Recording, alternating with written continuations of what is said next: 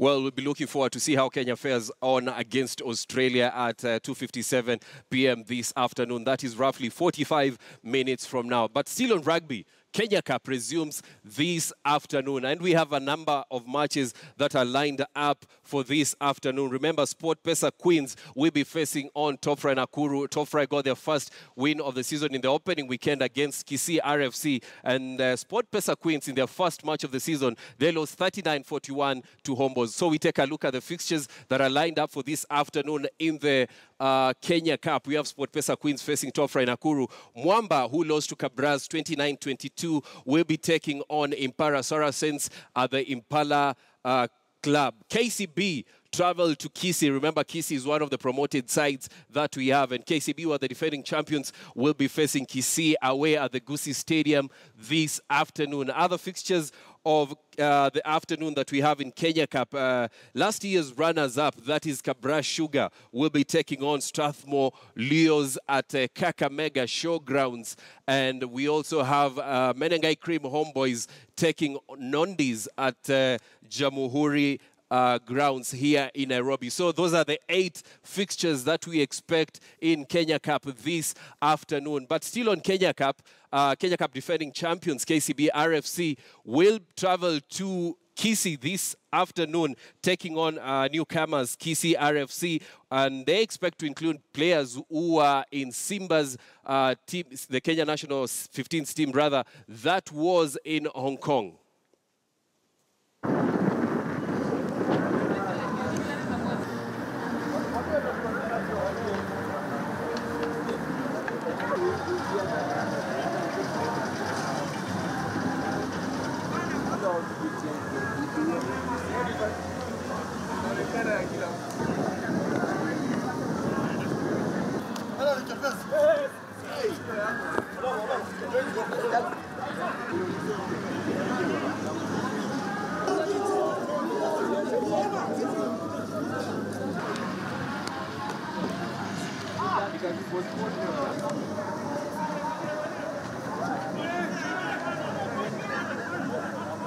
The last weekend game was a perfect game for us. I think it wasn't so easy as it was thought. Strathmore came for us, and they gave us a good account of themselves. But unfortunately, we came out with a solid win. Moving on to Kisii this weekend, we've never played them before. This is the first time we're going to play them. We'll continue with where we stopped. Solid defense and a very hard running attack, and we hope to come out with a win. No major changes. Only one change. One of the second team players comes up because he's shown good abilities, so he comes up to join in the first team. So the Cecafa Senior Challenge Cup kicks off tomorrow in Bukungu Stadium, and Kenya, who are the defending champions, will open that tie against Rwanda in Bukungu Stadium. And probably we take a look at the fixtures that are expected tomorrow in the first day of the Cecafa Senior Challenge Cup here in Kenya. So the first match of the day, which will be the opener, will be between Kenya and Rwanda. Then later on, we'll have Libya taking on Tanzania at Machakos Stadium. Then tomorrow, on Monday rather, we'll have Uganda taking on Burundi. So those are the first 3 fixtures that we have for Cecafa. Remember, Zimbabwe pulled out of Cecafa citing security issues, so they will not be taking part in Cecafa, and this led to fixtures to change. But still on Cecafa, now Kakamega Governor Wycliffe Oparanya has said that the Bukungu Stadium that cost 400 million is yet to be completed. There are phases, yes, that have not been completed, but he's expecting to use at least 1 billion to complete the whole stadium. But the Bukungu Stadium will host Cecafa successfully. Let's take a look. Let's listen to what he had to say about the stadium. We want it to be to the international standards. I've involved the Football Federation, local one.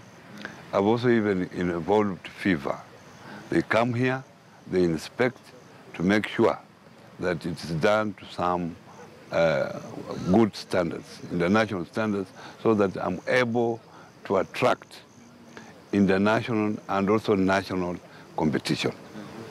When it is fully constructed, We shall have a sitting capacity of 20,000 people, but those who will stand or fill in the gaps will be about 10,000. So this will be a stadium of 30,000 people. And spending 400 million is not a lot of money.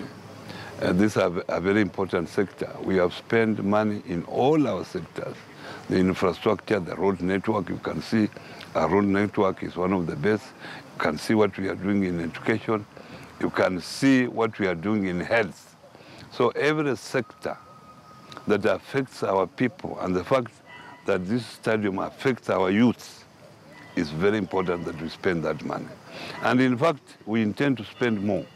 By the time this stadium is complete, we will have spent about 2 billion Kenya shillings. By the way, Cecafa is by the way. As I told you, I want to promote the youth of this county. Yeah. As you may be aware, there is the Kakamega Homeboys. They have been doing very well in the league. In fact, in the just ended league, they are number 5. They were number 5. And you remember they were doing very well. They were around number 2, number 3 there. But finally, they have finished number 5. This is going to be their home ground. We intend to support that team so that through that team, we are also able to attract international matches here. Because if they qualify for Africa Cup, and this is their home ground, we shall have more teams coming here. And you can see what that will do for the business community of this county and the exposure of my people. Areas. In fact, as you see this stadium, what I intend to do, I want it to have all the facilities. I want rugby played here. I want swimming done here, even basketball done here, even boxing. So this is going to be an international stadium. And by me doing that, we are able even to promote our youth more. You will find most of the youth, even Harambee Stars, they will be there. I'm happy that Kakamega Homeboys have contributed 2 players to Harambee Stars. In the future, with these facilities, we are able to contribute more. And also in other disciplines, like rugby. Now, still on Cecafa, Football Kenya Federation, FKF President Nick Mwendwa, together with Kisumu Governor Nyang' Nyong'o, this morning held a press conference to address a number of issues, and key to that was hosting Cecafa in Kisumu. And they said that the semi-finals will be played in Kisumu. Let's listen in to what they had to say. Inform you that today we had the AGM of Cecafa in this very room, and you will get more details from the SG about what we discussed. But further is that today we have firmed up that we shall hold the 2 semi-finals of Cecafa. The 2 semi-finals of Cecafa on the 15th and 16th will be held at the Moi Stadium in Kisumu. We have held discussions with His Excellency the Governor, and we have discussed around what we need to do about it. These discussions will continue in the next couple of days, but we have agreed that these 2 semi-finals will be held in Kisumu, as I promised you that there will be matches there. They don't come as bigger than the semi-finals. Those 2 matches will be held in Kisumu on 15th and on 16th. And then we shall hold the final in Machakos thereafter. So we have discussed that widely today. We have also discussed a few other things about football in the region that we are also going to share you in this press conference. But I will let Heichi to say a few things now that football is coming to Kisumu, and this has been a contentious issue. Okay. Yes. Thank you very much, Nick. Ladies and gentlemen, good afternoon. Today has been a very big day for us and a very important day for having discussed with Cecafa what we are going to do in the next 2 weeks in Kisumu. First of all, let me introduce to you Archie Alai, who is my CEC for sports, among other things, and Neri Achar, who is a CEC member for housing, urban development, and so on. Now, they too will take charge of managing this process with our friends here. And the matches we welcome those two matches being played in Kisumu. Kisumu is ready, very ready to welcome Cecafa to Kisumu, and I promise them that once they come to Kisumu, they will not leave. It is so good down there that if you come there, I will definitely not leave. So we expect you to have visitors for quite some time. As you know, Kisumu used to have a very famous football team from the 60s. Some of you who are football fans will know that we had a team called the Kisumu Hot Stars. I am telling you today that we are going to revive the Kisumu Hot Stars to take its part in the National Super League. In the National Super League. In the place of Palos. In the place of a team called Palos. And as I speak today, let me give you my promise. 3 years from today, I'll be sitting here and I'll be telling you that the Hot Stars are taking the cup. Makofi kwangu basi. Which cup is it? The Premier League. The Premier League, yes. So just to firm up what the chief is saying is that today we have agreed, as you know, Palos FC is pulling out of the National Super League. His Excellency today has made a commitment that the place of Palos FC will be taken up by Kisumu Hot Stars. Yeah. Palos FC have written to FKF and surrendered that position. We were wishing to fill it with a team from the region. The county today has committed that they will bring back Kisumu Hot Stars to take the place of Palos FC. And I think that is why Hechi is saying in 3 years he will be champion of the Premier League. Yes. I wish him well, only if he knows the rigors of what winning the Premier League is. Okay. So this is not just about hosting the 2 matches, but also discussing with the county how we shall move forward regarding developing talent in that area that we have done. And another news that I've given today, which is very important, my government is committed to. We are going to modernize the Moi Stadium that we have in Kisumu today. It's going to be a stadium with a new face, with all the services that are required for sports, particularly for football. But we are also planning to build a new sports center in Kisumu, which will cater for soccer and other sports as well. Now, this is in the pipeline, and Nick, I tell you that within no time, that will be a reality. So we look forward to 5 years of better atmosphere and environment for sports so that our youth can grow up strong in body, mind, and character. Thank you. Very good. Nick. Very good. Asante sana, our governor. Thank you very much, our governor, for coming to share with us this occasion. After having our General Assembly today, we have the opportunity to have our Governor of Kisumu, and he has given us the good news. One, to host the semi-finals in Kisumu. Initially, Kisumu was going to be the main center of this Cecafa Challenge Cup, but because of some logistical reasons, we could not do that. The other day when you asked me, why are you avoiding Kisumu? I told you we are not avoiding Kisumu. We will do it now. We are going to do it. So I want to thank our governor, I want to thank our president of FKF and the team from Kisumu for making that commitment to host us in the beautiful city of Kisumu. I always pass there when I'm going home. I know how good it is. The other good thing is that the governor has promised to lay off a new stadium, and that will change the face of the region. We'll make many competitions there. Both Cecafa lies with my brother here to bring CAF competitions in Kenya with Kisumu being in the picture. We want to thank you for that. Thank you, Mr. Governor. I would like to appeal to the people of Kisumu when we go there for the 2 semis to come up in large numbers to demonstrate how beautiful they love football, how good football is. We want our people to come together. Football is a uniting factor. So I want us, through the governor, to mobilize people in that region and move together as our nation, one country, one people.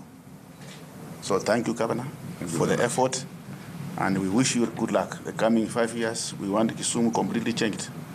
When I was passing there at that time, it was shining very well at night. So we want to see more of success, more of development, so that our people can enjoy the fruits of devolution. Thank you, and God bless you. Thank you. Thank you. Yeah. Thank you.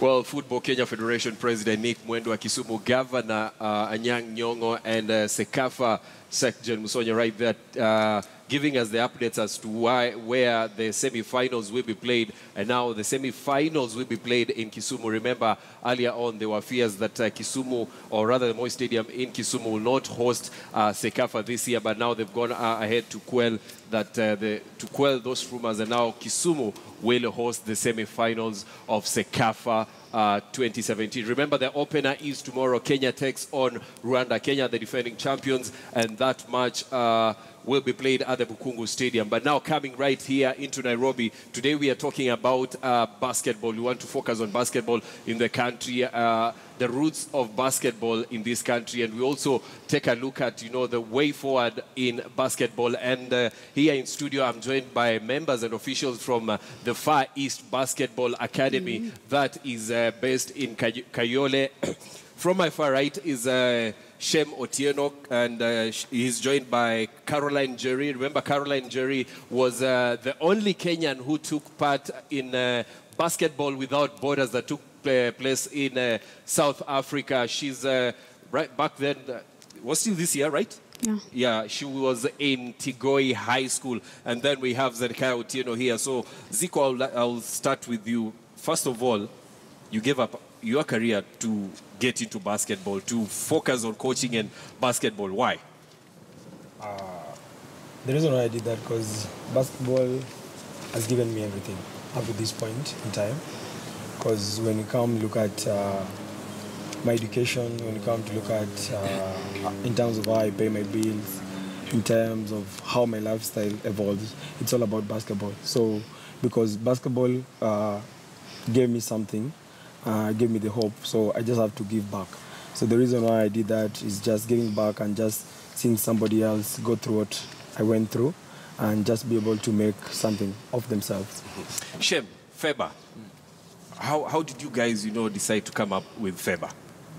Okay, at first, Zedi and Moses Musosi.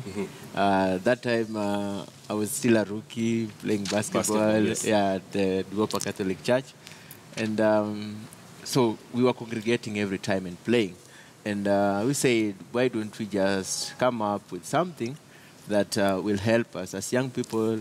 We not just play and then go home, but play, sit down, maybe talk some issues. So we started doing that.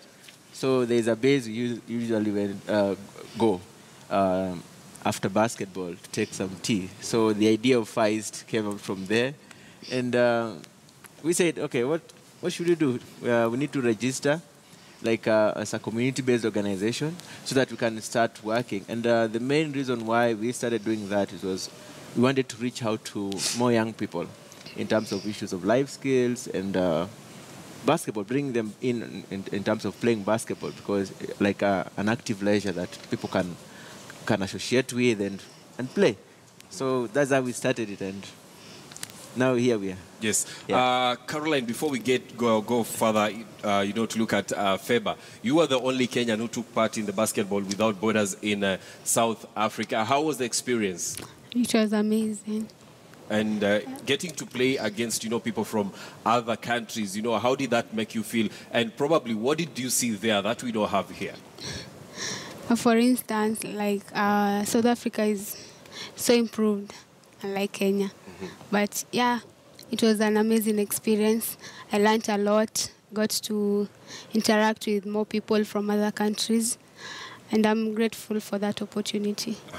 So, Zico, we come back into FEBA. You guys have been around and you mostly deal with kids. Why? Why did you decide that, let's deal with kids and not grown-ups, people who play in the league, people that you played against in the league? The reason why we chose to do with kids is because for a very long time, Kayole has been known to be a community whereby we habit criminals. There is high school dropouts. The rate of violence in the community is quite at a very, very high level. So the only way to change a community is by going to the roots. And the only way we could make that impact is by using kids, because you need to give them the hope. You need to give them the vision of what you want Kayole to be. And the best way is to use the kids, mentor them, mold them, so that as you use the sport, basketball is just to bring them together, because we have like basketball aspect of it, then we have the education aspect of it, then we have the life skill aspect of it. So over the past few years, you've seen the mushrooming of basketball, because now people are taking up basketball to be the main sport in Kayole. And we are seeing very, very few girls dropping out of schools. We are seeing very, very few boys now being involved into crime and stuff. So that is how we are changing the Kayole community. And that is why we focus on kids development, because as a kid, when you're able to show him the right technique, when you're able to show him the right life skill, he's able to adapt that and is able to put that and maybe even use it even later in life. Yes, Shem, I've seen you during the Giants for Africa. The FEBA Academy was there. During the basketball, the KBF Women's Commission, when they had a tournament for cancer, FEBA Academy was there. I mean, how integral has FEBA been in, pushing the kids away from, and transforming them away from crime in the community? Okay. First of all, through these tournaments that we organize and they go, it gives them exposure. Like a good example, Caro. She went to South Africa, and the exposure she had there, and it's quite different. I've never been in South Africa. I've been there once, in 2010, but not through basketball, but other issues. But now he went there through basketball, and what he saw and coming back and giving it out to the peers, it makes a difference. So like these tournaments, they go and play and stuff, help them a lot. Like right now, next week on Tuesday, we are going to Mombasa for the African Dreams Big Challenge tournament. So we're expecting also now when going there, we're going to get new experience with other teams from the coastal region and working together as young people and networking at the end of the day. And like you said, what happened on the Giant of Africa camp, that was like 2 months ago, it gave us a very big opening in terms of community outreach.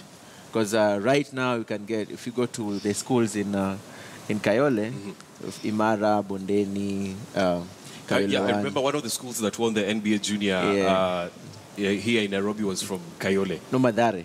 Madare is one which won. Yeah. The final, they were with a team against? Against FAM. FAM is which means FAM also has a root in Kayole. In Kayole, yes. Yeah. So you get now these 5 primary schools, through the help of Giant of Africa, we have basketball courts on the court. So come next year now, it's going to be different because Coach Zed was saying, so many kids are embracing sports, basically basketball within the community there.